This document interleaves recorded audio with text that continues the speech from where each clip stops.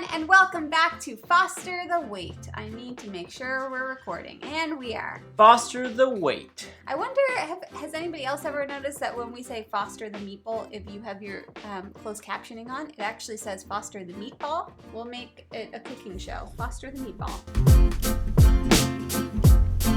Hello everyone, and welcome back to Foster the Meeple, a channel all about... Waiting. What?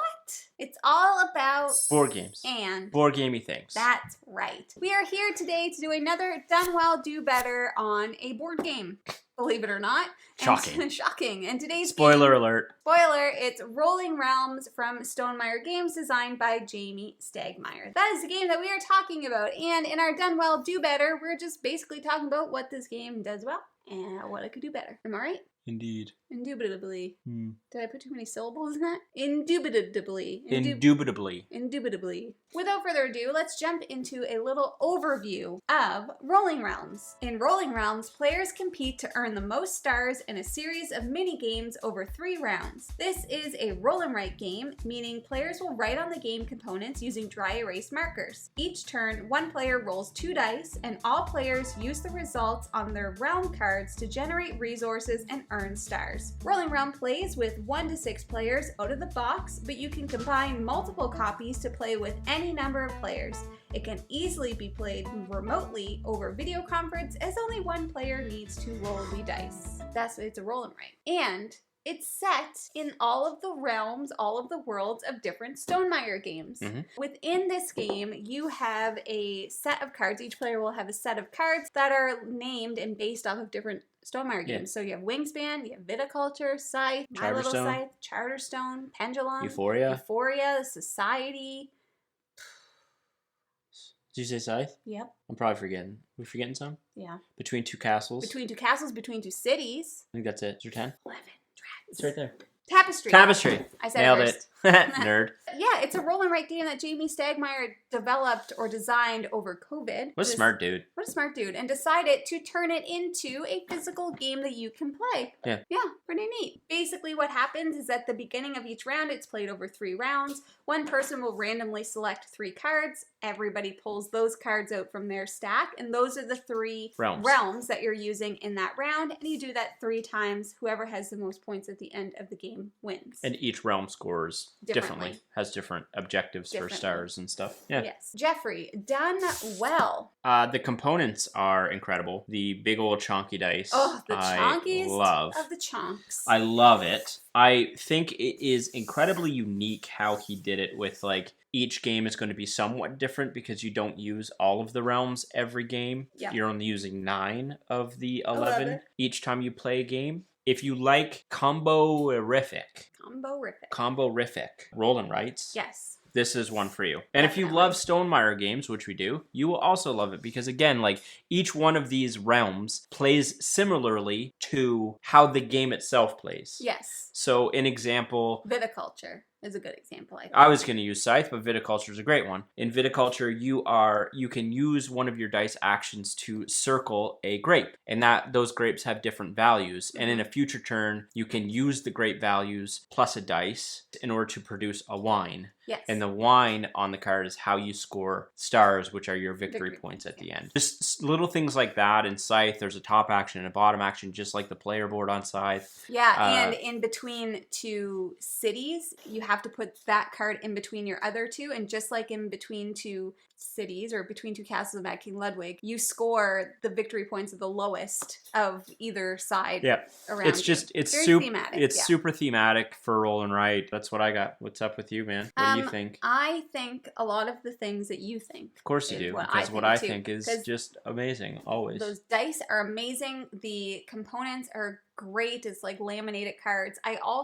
This does come with a solo mode, which I have played as well. And how he's done it is that the solo mode is basically like you're playing 18 holes of golf. Each round of the golf will give you 3 different realms to play, and then it will give you a more specific scoring structure. So, hey, in hole 1, you only get to play 7 rounds instead of 9. And if you score this many points, that's par. If you score this many points, that's, you know, above par, below par, and the entire course. Golf terms are limited for Jamie, apparently. Well, the entire course, what you score, it's like a par 36. So you're trying to get that number. So I love that there is a solo element added into this. I really think it's cool that he molded it around like a golf game. That's really cool. Yeah. It's great. It plays relatively quickly. It is combo-rific. You are just really trying to figure out how to maximize your dice. And another cool element of this is the resources piece, because as you're achieving different things, you're gaining resources.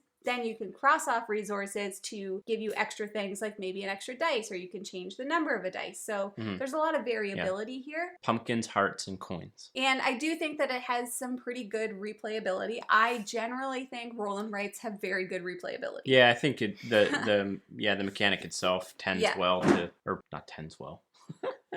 Lends well to replayability for sure. Exactly.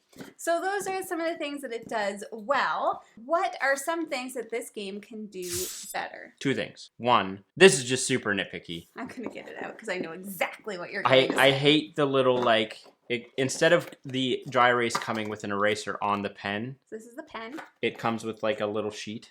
And I don't know why it drives me.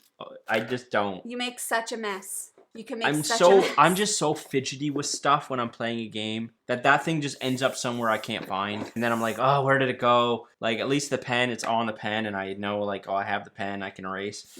Super nitpicky. Yeah. Just a thing I noticed. Second thing is, I do think that some of the realms are overly complicated in order to score. Charterstone comes to mind. Scythe is a bit... No, I feel like I'm fine with Scythe now. Mainly Charterstone. Charterstone. I was very confused by Pendulum for a while. Yeah, I just think it takes a little bit of brain power to figure out how some of the realms score. And it can be frustrating. Yeah. You know, especially in the first couple of games where, like, I don't understand this wording. I don't understand how this scores properly. I don't know how to do it. And I just felt like the realm didn't explain itself well enough to be able to make sense in my brain. And that could be a me thing. Primarily seemed to come up in Charterstone. I think it's Charterstone's realm is the most difficult to understand. There was a few that we had to read over a couple of times, and for me, and you might be leading into this, but the rulebook is not great for this game.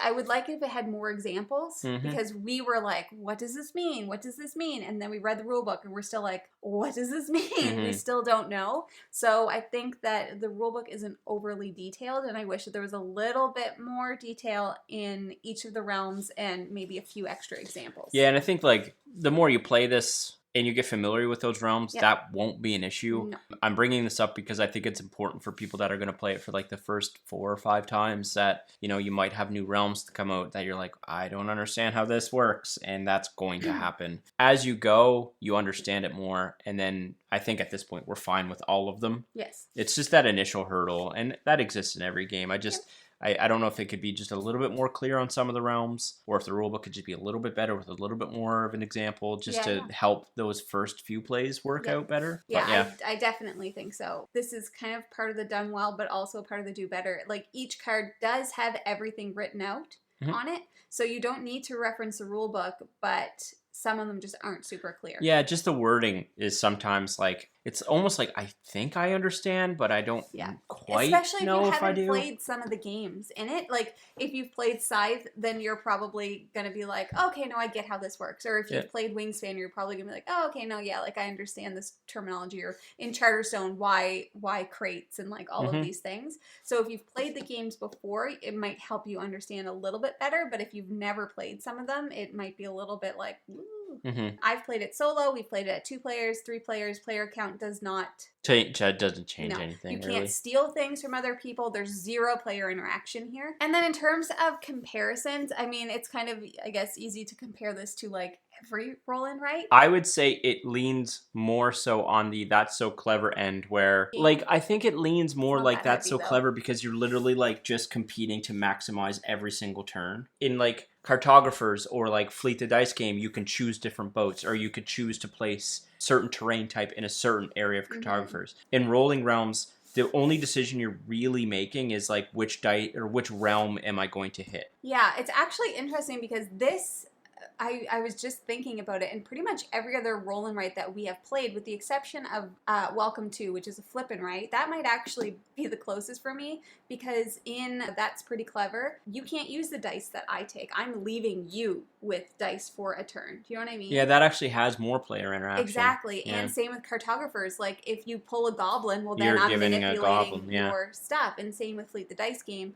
So I would say probably the most comparable to Welcome To. Which makes sense because you can play this with remotely with multiple people because it doesn't have that element to it. You're just playing your own game in front of you. Yeah, good point. Yeah. So, I mean, he created this during COVID because he wanted people to have a game that they could play remotely. So if you've got friends from faraway places, then this is a great option. It's nice to have another option. I'm sure there's many others that I'm not aware of. To have another option like Welcome To, that you could just hop on a Discord and play with people wherever they may be. Yeah. And I've uncovered this year that I friggin' love roll and flip and writes. Roll and flip and write. Like, they're so good. I started the year being like, I don't know if I like that mechanic, and I absolutely adore it. And this is another one to add to the arsenal. So, if you are interested in buying games like Rolling Realms, the first place you should check is your friendly local gaming store. For us here in Halifax, that is Boardroom Game Cafe. It sure is. That's all that we have for you guys today. So thank you so much for watching. If you like what you see, please subscribe. And we hope to see you again soon. And now we say goodbye. Goodbye.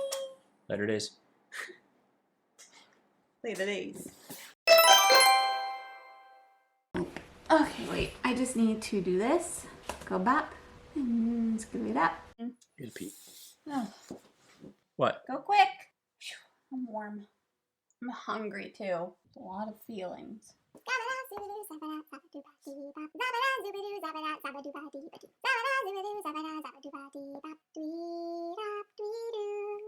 Peace out, A-Town. We gonna watch Hot Tub Time Machine tonight? Or Hot Rod? We're playing games. All right.